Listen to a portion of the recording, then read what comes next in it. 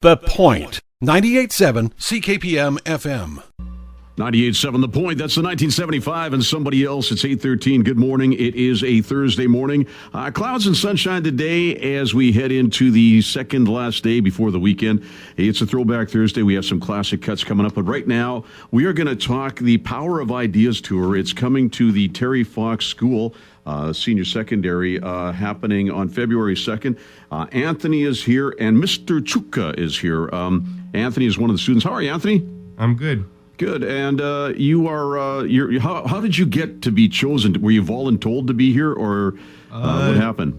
Many things involving lots of volunteering and working on projects around the class, and just being lucky enough to be chosen by Mr. Csuka to help out a lot in our events. That's cool. And Mr. Csuka, we have to call you that because we can't call you Edward. You are one of the science teachers you have over at Terry Fox. Yes, I've been a science teacher there for about 15 years, and we have something really exciting come to the school, and I want to get the word out to the public to come on in on February 2nd. It's next Thursday, and it's open house from 4 p.m. to 9 p.m.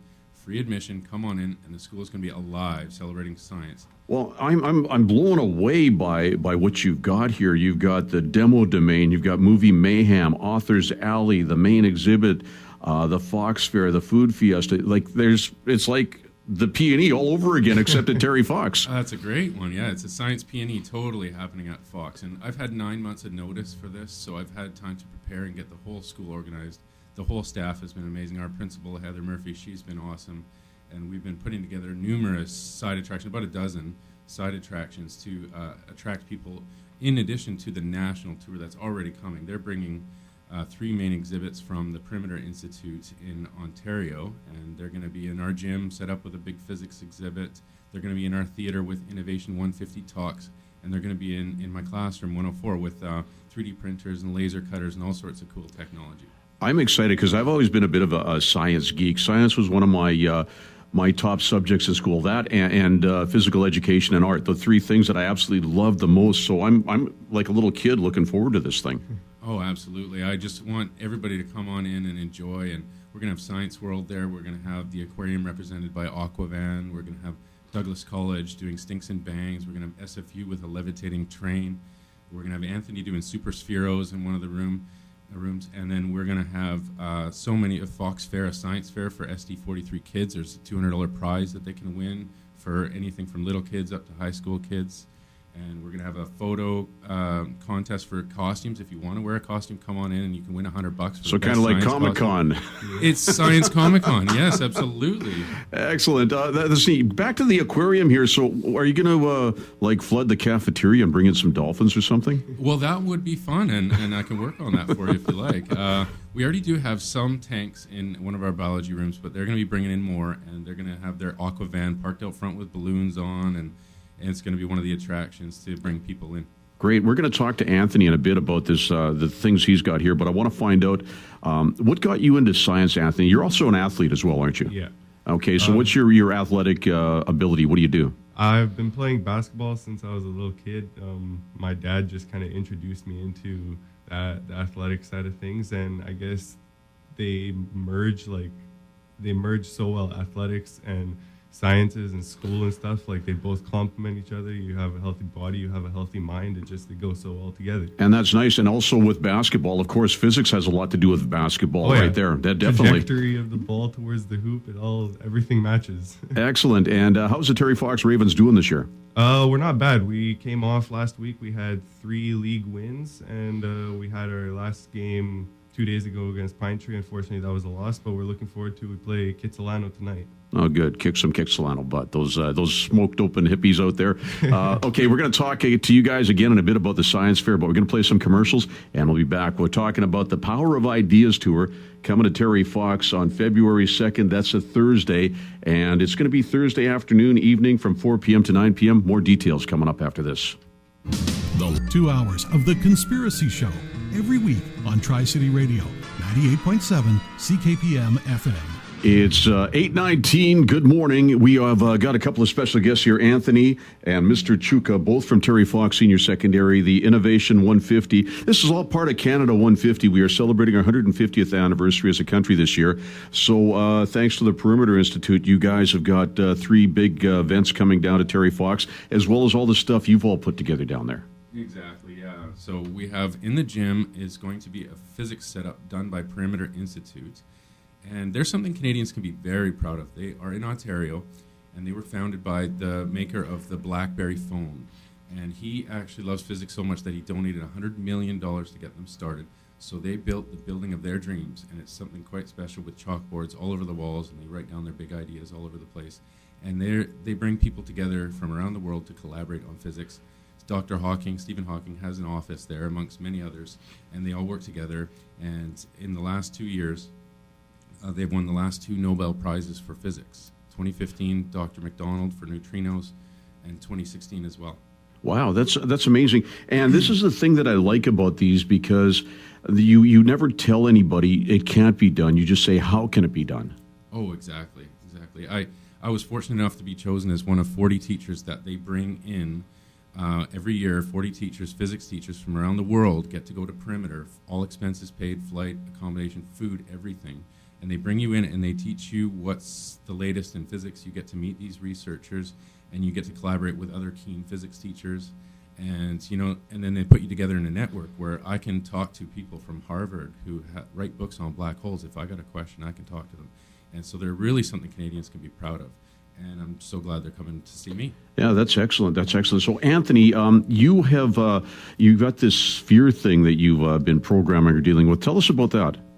At the event that we're hosting, we're going to have a room that I'm going to be occupying, that we're going to have a bunch of these little spheres, and we're going to have challenges and guides and stuff set up, and people can come in and interact, and I can teach them about programming them and autonomous kind of robotics to complete challenges, which is really, really interesting. It's a big, big way into the future. That's amazing. Now, with programming and that, you guys learn coding, obviously, in school now. Yeah. It's something that they should have been teaching kids a long, long time ago, because they've got to stay ahead of the curve on this one. How hard is it to learn coding? How hard did you find it?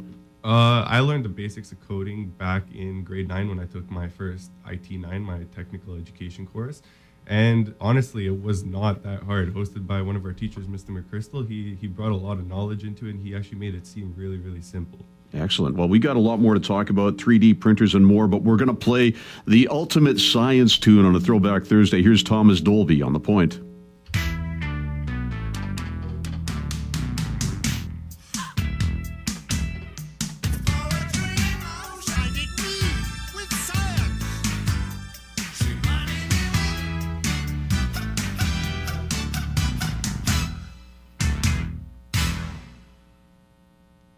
.98.7 The Point. That is Thomas Dolby, Blind to Be by Science. It's 8:26.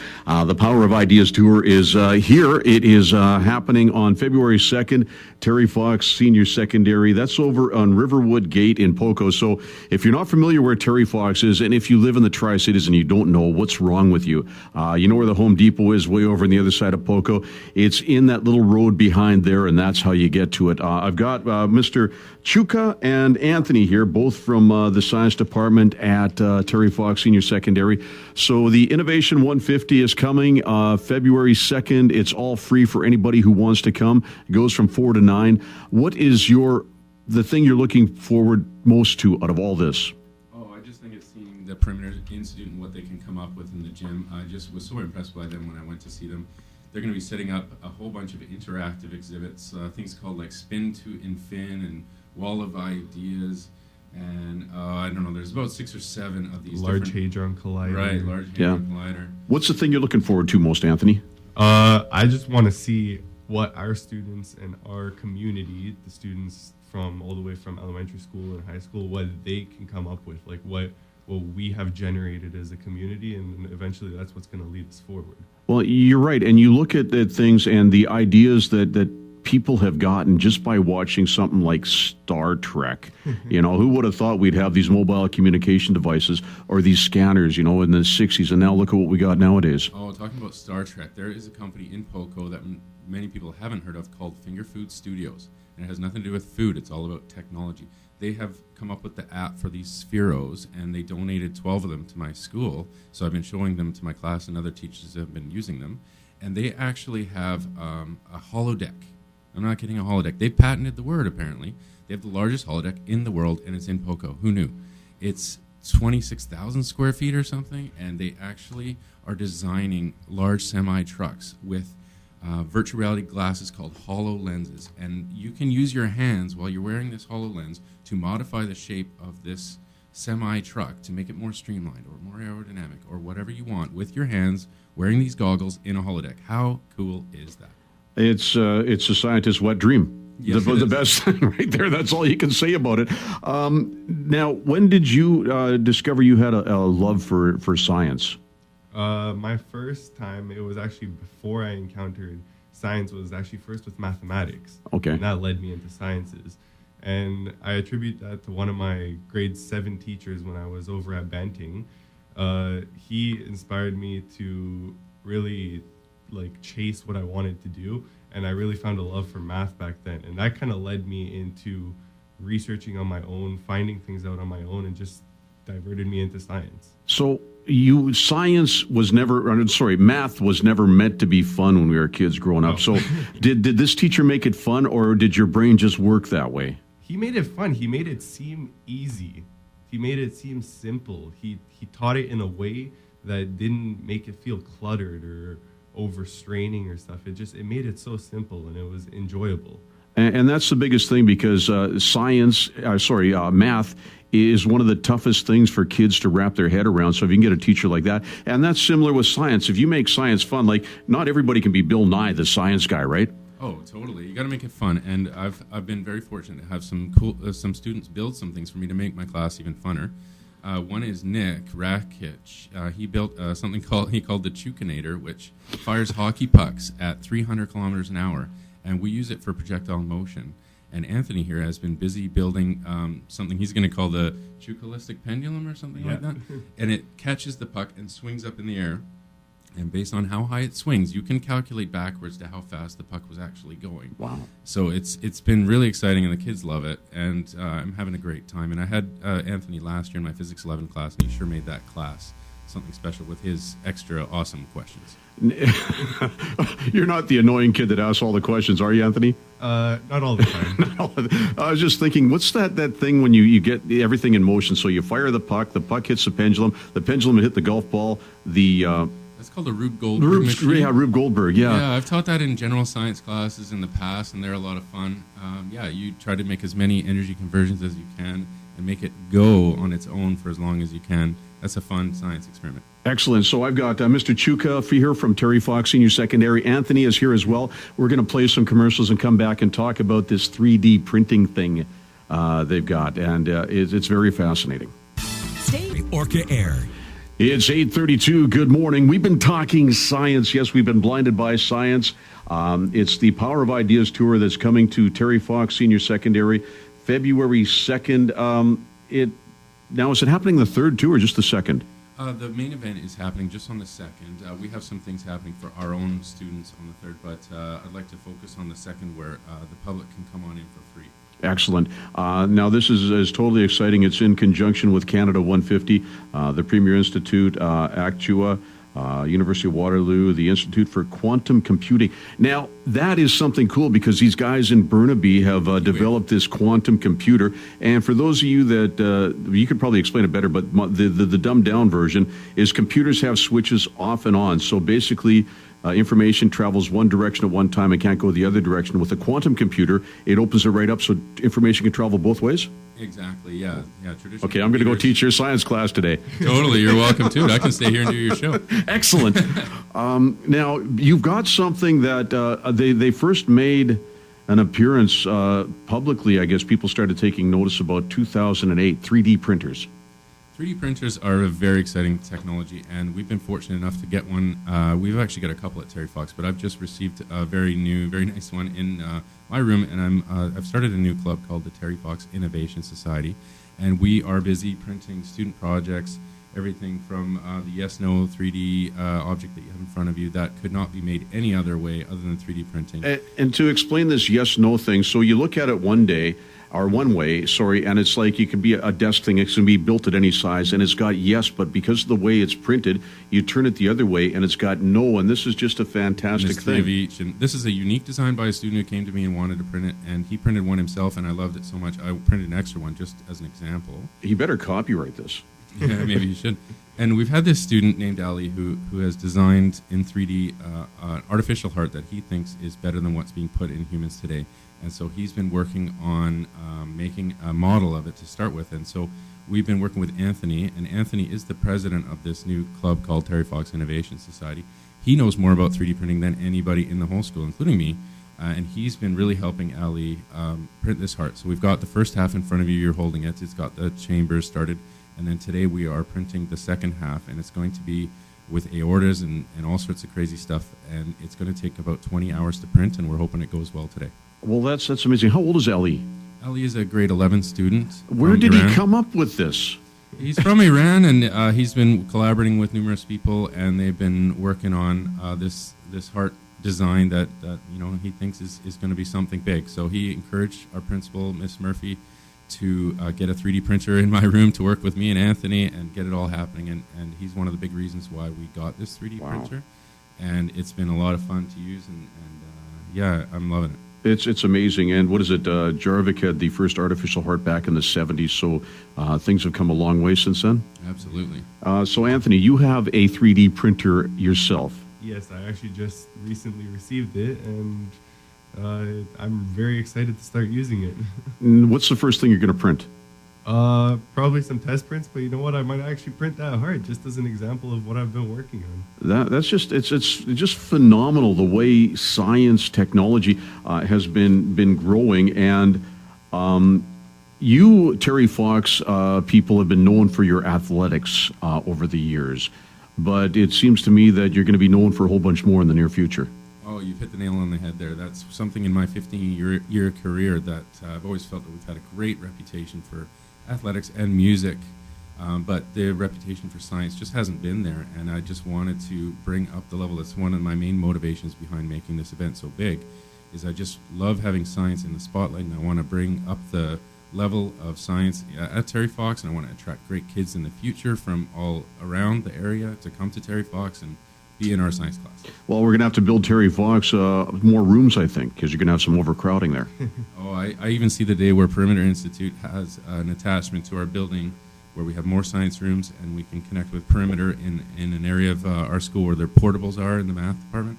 And I see the day where there's big, awesome rooms there, and we're doing amazing things. Well, it's amazing. And you take a look at Finger Foods, that technology company in Poco. Then you've got Dynamic Industries, which is another fantastic technology mechanical company.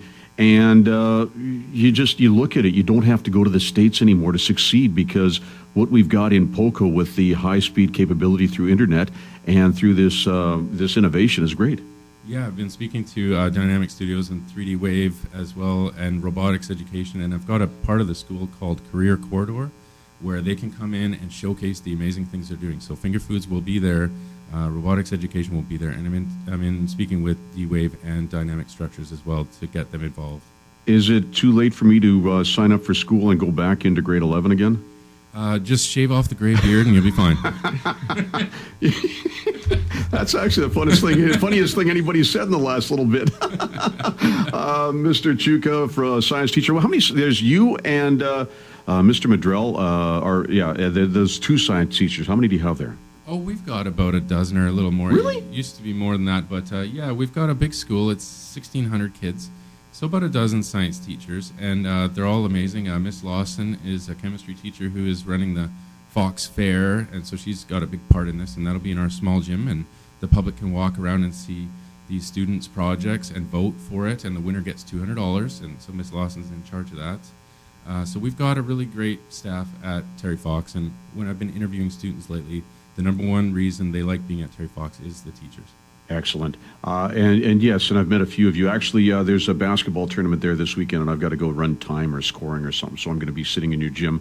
Will there be any previews of the science fair this weekend, or they're getting set up then?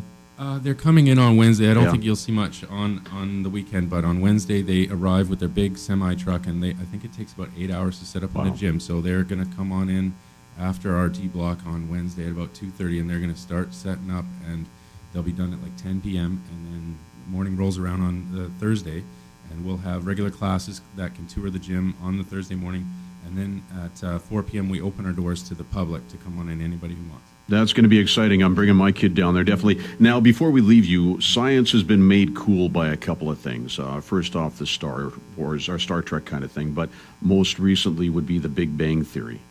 So what do you consider yourself, a Leonard or a Sheldon or... I don't know. Let's let Anthony answer that one. He was in my Physics 11 class. A mix of both. Yeah. Personality of one, smarts of the other. The personality of Sheldon, please tell me it's not Oh, true. no, yeah, no, all the way around.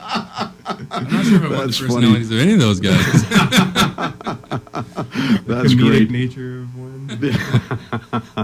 No, that's great. And Anthony, you're an amazing young fellow.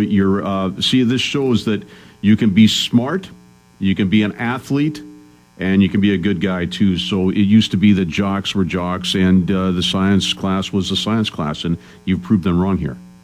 Well, thank you a lot for that, but we need to get rid of that stereotype, and it doesn't matter if you're popular or have big aspirations, you can do both. You can be a big athlete in the school, you can be a smart person coming up with innovations, just combine the two. Excellent. I would nominate Anthony as the most innovative student that I know in the school, and also, if you could vote for the one that's most likely to succeed, I'd put my money on Anthony here. That means he's going to be the guy that's developing the new whatever it is we haven't even heard of yet, right? You'll come up with the Csuka 5 or something like that. Once again, the Power of Ideas, it's coming to Terry Fox. Anthony, tell us when it's coming. Thursday. Coming Thursday. It's going to be a lot of fun. Everybody should come out. It doesn't matter, bring friends. It doesn't matter how old, how young you are. There's things to do for everyone, and we'll look forward to seeing you guys there. Excellent. Mr. Csuka from Terry Fox, Senior Secondary. Anthony, what's your last name, Anthony? Gavrilovitz. Gavrilovich. Okay, so thank you so much for being here. Thank you. Thank you. Here's new music. This is Rita Mae Young, The Record Company, 98.7 The Point.